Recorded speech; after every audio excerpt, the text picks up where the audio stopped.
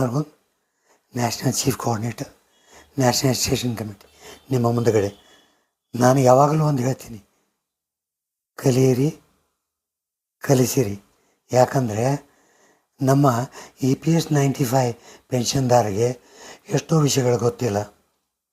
ಇದರ ಬಗ್ಗೆ ಹೇಳೋಕ್ಕೆ ಈ ವಿಡಿಯೋಗಳನ್ನು ಮಾಡ್ತಾಯಿದ್ದೀವಿ. ಯಾಕಪ್ಪ ನಾವು ಇದು ಹೊಡೆದಾಡ್ತಾ ಇದ್ದೀವಿ, ನಮ್ಮ ಹಕ್ಕು ಏನಿದೆ ಈ ತಿಳಿ ಹೇಳೋಕ್ಕೆ ಈ ವಿಡಿಯೋವನ್ನು ಮಾಡಿದ್ದೀನಿ. ಸರಿಯಾಗಿ ತಿಳಿದುಕೊಳ್ಳಿ ಹಾಗೂ 4 ಜನರಿಗೆ ಇದರ ಬಗ್ಗೆ ತಿಳಿ ಹೇಳಿ.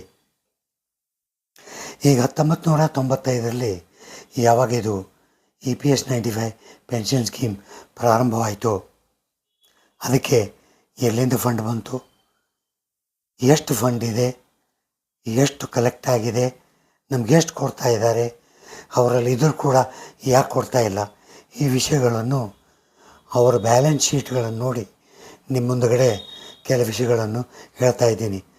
ಸರಿಯಾಗಿ ತಿಳಿದುಕೊಳ್ಳಿ, ಮೇಲೆ ನೋಡಿ ಅಂಡರ್ಲೈನ್ ಮಾಡಿ 4 ಜನರಿಗೆ ತಿಳಿ ಹೇಳಿ ಅವರಿಗೆ ಕಾನ್ಫಿಡೆನ್ಸ್ ಲೆವೆಲ್ ಜಾಸ್ತಿ ಮಾಡಿರಿ. ಈಗ ಪ್ರಾರಂಭಿಸೋಣ. 1995ರಲ್ಲಿ ಮೊದಲು ಇದು ಫ್ಯಾಮಿಲಿ ಪೆನ್ಷನ್ ಸ್ಕೀಮ್ ಅಂತ ಇತ್ತು. ಅದಕ್ಕೆ 8,252 ಕೋಟಿ ರೂಪಾಯಿ ಫ್ಯಾಮಿಲಿ ಪೆನ್ಷನಿಂದ EPS 95 ಪೆನ್ಷನ್ಗೆ ಟ್ರಾನ್ಸ್ಫರ್ ಆಯಿತು. ಇದೇ EPS 95 ಪೆನ್ಷನ್ ಸ್ಕೀಮ್ ಬೆಳ್ಕೊಂಡು ಹೋಯ್ತು. ಅದರ ಕೆಲವು ಫಿಗರ್ಸು ನಿಮ್ಮ ಮುಂದೆ ಹೇಳ್ತೀನಿ ನಾನು. 2022-23 ಈ ಕಾರ್ಪಸ್ ಫಂಡ್ ಪ್ರಕಾರ ಅವ್ರ ಹತ್ರ 7,80,308,000 ರೂಪಾಯಿ ಕಾರ್ಪಸ್ ಫಂಡ್ ಇದೆ. ಹಾಗೂ 2017-18 ಅಕೌಂಟ್ ಪ್ರಕಾರ ಇನ್ನಾಪರೇಟಿವ್ ಅಕೌಂಟು ಅಮೌಂಟ್ ಏನಿದೆಯಲ್ಲ ಅದು 54,657 ಕೋಟಿ ರೂಪಾಯಿ ಇದೆ. ಇವರು ಮುದುಕರು, ಇವರೇನು ದುಡ್ಡು ಕೇಳಲ್ಲ, ಅದಕ್ಕೆ ಇವೆಲ್ಲ ಅಮೌಂಟುಗಳು ಎಲ್ಲೆಲ್ಲೋ ಹೋಗ್ತಾ ಇದೆ. ಮುದುಕರಿಗಿಷ್ಟು ದುಡ್ಡು ದಯಮಾಡಿ ಯಾರಿಗೂ ಟ್ರಾನ್ಸ್ಫರ್ ಮಾಡಬೇಡ್ರಿ.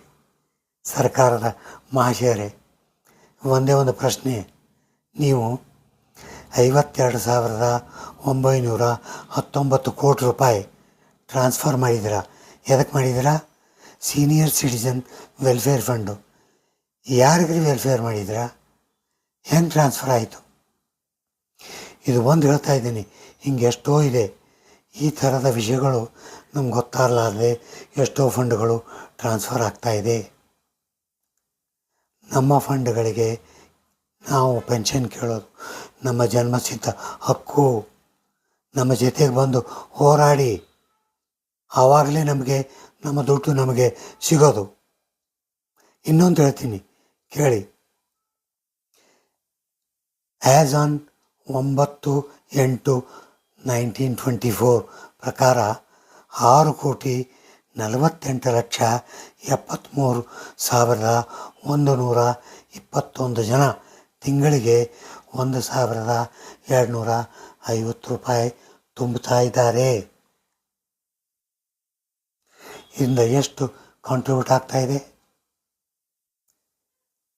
6,48,850 ಕೋಟಿ ರೂಪಾಯಿ ತಿಂಗಳ ಕಲೆಕ್ಟ್ ಆಗ್ತಾ ಇದೆ. ಹಾಗೂ ಇದರ ಬಡ್ಡಿ ಒಂದು ವರ್ಷಕ್ಕೆ 51,985 ಕೋಟಿ ರೂಪಾಯಿ ಬಡ್ಡಿ ಬರುತ್ತೆ. ಇದರಂಗೆ ಟೋಟಲ್ನ ಹೇಳಿದ ಪ್ರಕಾರ 2022-23ರಲ್ಲಿ 7,80,308 ಕೋಟಿ ರೂಪಾಯಿ ಕಾರ್ಪಸ್ ಫಂಡು ಬಿದ್ದಿದೆ. ಹಾಗೂ ವರ್ಷಕ್ಕೆ ಬಡ್ಡಿಯೂ ಬರ್ತಾ ಇದೆ. ನಮ್ಮ ಪೆನ್ಷನ್ ಎಷ್ಟು ಕೊಡ್ತಾ ಇದ್ದಾರೆ?